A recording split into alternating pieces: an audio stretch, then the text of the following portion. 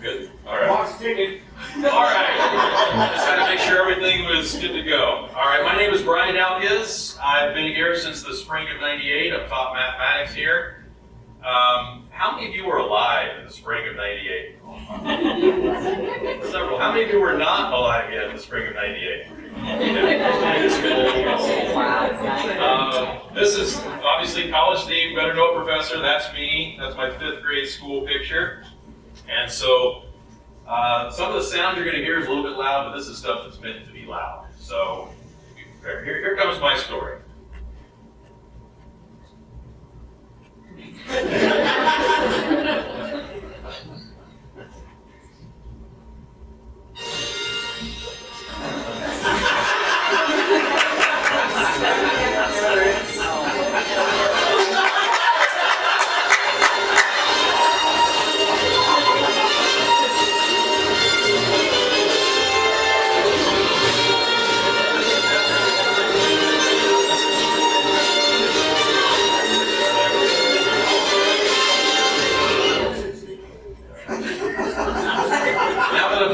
Expectations.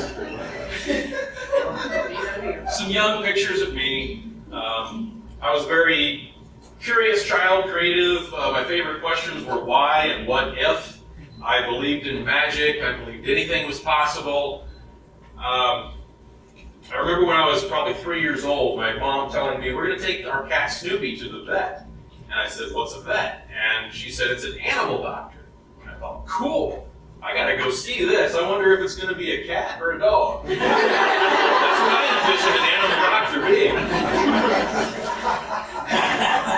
And my mom would keep this book where she would keep track of different things each year at my birthday. She'd ask me what I want to be when I grow up. And I did not I did not say I wanted to be a math professor, I'll tell you that. What I wanted to be was clear in my mind. This is what I wanted to be.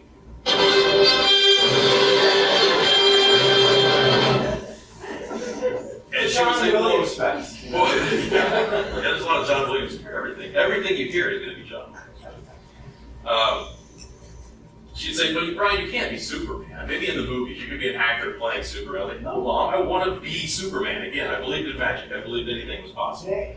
I also had it all planned out. I knew who I was going to marry.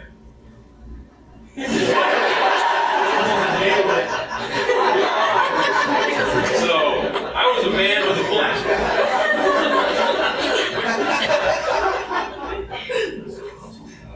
All right, so my early years, my parents were really good. They spent a lot of time with me, gave me a lot of attention, read to me, played games with me. I learned a lot from them. Everything was going great. I got to be an only child for 4 2/3 years until my little brother came along. And at first I wasn't sure what to make of him. You look at that face, that's a face of someone who's no longer the center of attention. Hey Nancy, can we get a picture of you with Kevin? And oh yeah, Brian, you can get in there too if you want. No, but I grew to love Kevin. We had a lot of good times together. He was a very destructive little boy though, and I took care of my toys and he would break them. Got a brand new thing of crayons one time, he broke them all. 64, I bought it with my own money, just snap, snap, snap, every one of them. One of my favorite pictures of my dad with us, that's my dad with me when I'm a baby, my dad with Kevin, same pose, 4 2/3 years apart. Also, grandparents played a major role in our lives. They lived close enough that we got to see them regularly, but not so close that it wasn't special when we got to see them. Every time we saw our grandparents, it was special. That's my grandma Reinhardt. My grandpa Reinhardt, he was a farmer. Me, my brother, cousins there. My grandma and grandpa Dalpiaz.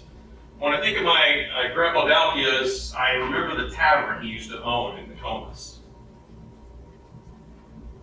My relationship with my grandpa Dalpiaz was, I would say, the most awkward of all of my grandparents. He wasn't the nurturing kind, so I wasn't sure how to read him, what to make of it. I wasn't even sure if he liked me, because just, that noisy kid making all the noise type thing. So I just wasn't sure what to make of that. There he is at his 72nd birthday, my brother and me with him. And that's Beardstown High School. That's the school where I went to high school. It's also the school where my parents met. Back in the mid-1960s, they met there. My dad was teaching history, social sciences. My mom was teaching business classes, typing, accounting also. The grade school was over to the left, guard schools, where I went to grade school. So it was pretty cool having teachers who were parents who were teachers at the school. I basically thought of that school as a second home. I had the run of all the halls and everything. It was a pretty cool deal. They've since torn down that school. Also, this building over here was at one time a hospital. It's where I was born. They tore that down too. They're just trying to destroy all the evidence. So grade school, I was a good student in grade school. I was in the gifted program, things were looking good. When I got to junior high, things changed a little bit. I wasn't such a good student anymore. I didn't really apply myself as much. I wasn't really as interested, and stuff got harder. I just didn't really want to put in the effort. I still got decent grades, mainly B's, a few A's, and then some occasional C's, and it started to become more than occasional C's. My dad was not too happy with me. He knew I was capable of more. He expected more from me. Fast forward to my 8th grade graduation, my grandpa Dalpiaz, who, as I said before, I wasn't even sure if he would like me, but he wanted to come to my 8th grade graduation, and I didn't think it was any big deal. I don't know why you would go to an 8th grade graduation. This is stupid anyway. That was my attitude. But the reason he said he wanted to come is because he wasn't sure he'd be alive for my high school graduation. And after it was over, there was a kid in my class, Jeremy Calcine. He got all the awards. He was best grades, most likely to succeed, good citizenship award, all these things. After it was over, my grandpa asked me, he said, so that Calcine boy, he gets all those awards. Why wasn't that you? And I'm like, I don't know, Grandpa, it's just not me. He said, I want to see you getting those awards. Okay. And kind of brushed it off at the time. And then that next summer, I was going through my closet.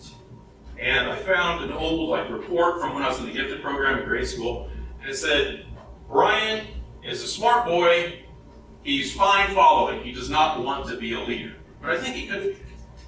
And I thought back to what my grandpa said, and I thought, why? I mean, my favorite two questions, right? Why and what if? Why wasn't that me? Could I do that? What if I applied myself? Could I do better? So in high school, I decided to change my ways and work at it a lot harder, just to see what I was capable of. And here are some highlights of my high school career. It actually worked out quite well. I started getting straight A's. I had to put in a lot of effort, though. Anybody that tells you getting straight A's is easy, if some people see good grades, they think things come easier. No, getting good grades takes a lot of work, a lot of extra effort. And I did. And I also tried to take on leadership roles. So here are some highlights of my high school experience. Same school, different view. This is our freshman basketball team. We were undefeated. Our freshman basketball team was undefeated. My dad was the coach right there in the middle. I'm number 22 in the front there. I played golf all 4 years. I advanced to sectionals my senior year. Once again, my dad, he coached golf there for almost 30 years. Those are some of the teachers. My mom, one of the teachers there, Mr. Stroll, Mr. Kite. This is a guy right here who taught math, and he was fantastic. I used to think at the time, if there were a Hall of Fame for teachers, he would be in it. He would really make you think, help you to understand things. He taught math and computer science. And as I said, I wanted to take on more leadership roles. And so this is my junior year. I was the vice president of the junior class. And I remember when I took that picture, the photographer said, all right, ladies, just hang all over him like you love him. I was like, this is awesome.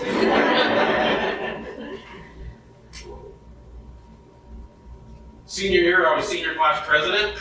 My mom and Mrs. Losey there were our class sponsors. Let's see what else. So yeah, my senior year, I was voted by my class most likely to succeed. Again, all of this hard work was paying off.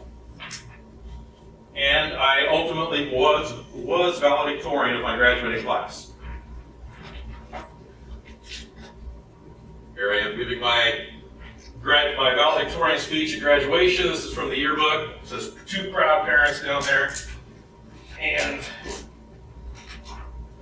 I'm curious what my grandpa would have said. I held it together every time. But he did not make it. He died my sophomore year, shortly before Christmas. So, but I think he would have been proud. All right, so graduate high school. One more thing happened. Very important. My senior year. So there's my senior picture. I met this girl, Sarah. We started dating. Met her on October 26, 1990. We started becoming an item. We started dating. We actually became steady on November 5th, 1990. There's our prom picture from that year. And in the yearbook, we actually made the top of the prom page of the yearbook there. Of course, just like Stramberg, they can't spell her name right. We got the H on that. And so graduated Beardstown, went to Western Illinois University. And I had some very good professors there. Dr. Harris taught math there. He was fantastic. We were on like the same wavelength. I learned a lot from him. Dr. Hart in physics. I minored in physics. He did a great job. And one thing that was important to me was to continue overachieving. I had been an underachiever in junior high. I was now used to being an overachiever, and it felt a lot better. One thing I always made sure to do was get all of my homework done by the weekend so I could drive home with Sarah again. So there was another prom we went to later on. Eventually, Sarah would join me at WIU. And then 1995, I graduated. That next summer, Sarah and I got married. It's not the end of the story. And so, we started our adventure together.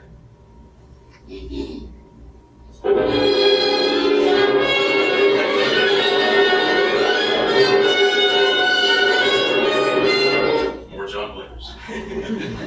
No, we got married August 5th, 95, went on our honeymoon in Missouri, and then moved to South Carolina, where I attended the University of South Carolina to work on a master's degree in Columbia.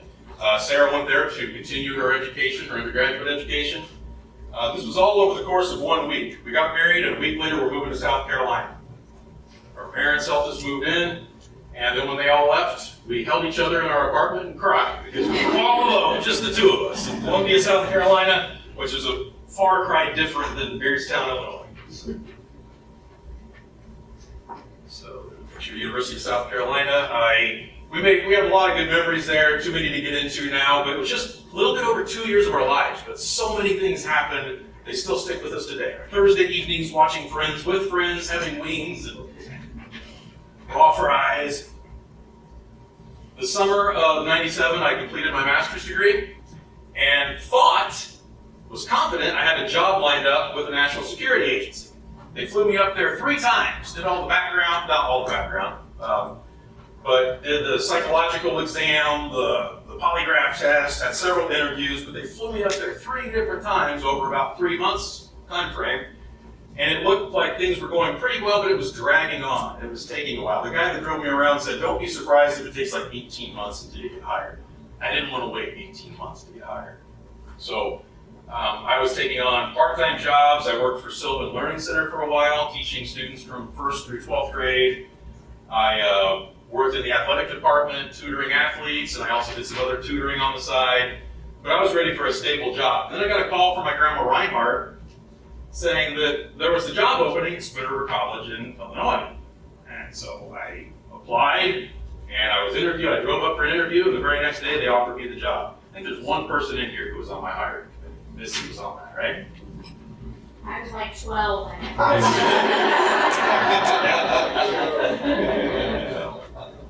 So hired there. I can say the rest is history, but I got to show some family pictures here as well. And also point out something. So obviously this is what it looks like now. So I said originally my childhood dream was to be Superman. That obviously didn't happen. I'm a math instructor, so I'm more like Clark Kent. I also said I wanted to marry Wonder Woman.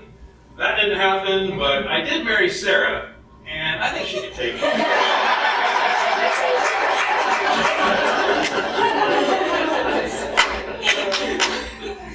So reasons for staying at SRC.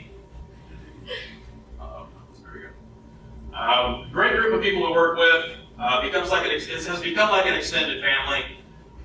Some of them aren't extended, they're actually family. Sarah, I get to work with Sarah, so that's pretty cool. And it's a great family job. And so now bear with me as I just show you some family photos. So there's our first family picture with Elliot. April of 2004. Our first family picture with Oliver. several other family pictures. Super family, Superman, big team there. Super 5, see the guy looks like a 5, so I designed a t-shirt for him that looked like a 5 there. Did the same thing for Oliver later on. Another family picture there. And another family picture as the years go by. But it's a great job. I get to be there for my boys. I have a lot of flexibility in my schedule. Again, Superman. That was out here when they were opening up the multi-purpose building for Oliver. You had to take him to school, pick him up from school. That was Elliot's first day at kindergarten. There's my mini-me Oliver. I was dressed like that day. I get to coach their sports teams. That's Elliot's basketball team, Oliver's basketball team. So it has been quite an adventure. So maybe I'm not Superman, but that doesn't mean I can't try to teach my boys how to fly.